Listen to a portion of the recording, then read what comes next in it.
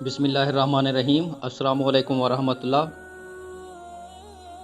معروف عرب مفکر ڈاکٹر علی طنطاوی مرحوم لکھتے ہیں، ایک دن میں ٹیکسی سے ایئرپورٹ جا رہا تھا۔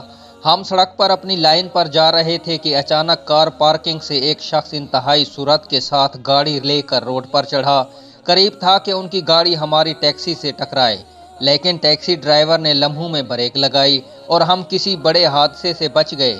ہم ابھی سنبھلے نہیں تھے کہ خلاف توقع وہ گاڑی والا الٹا ہم پر چیخنے چلانے لگ گیا اور ٹیکسی ڈرائیور کو خوب کوسا۔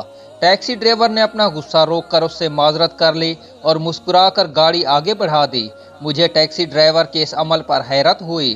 میں نے ان سے پوچھا کہ غلطی اس کی تھی، اور غلطی بھی ایسی کہ ہم کسی بڑے حادثے سے دوچار ہو سکتے تھے، ہماری جان بھی جا سکتی تھی، پھر آپ نے ان سے معافی کیوں مانگی؟ ٹیکسی ڈرائیور کا جواب میرے لیے ایک سبق تھا۔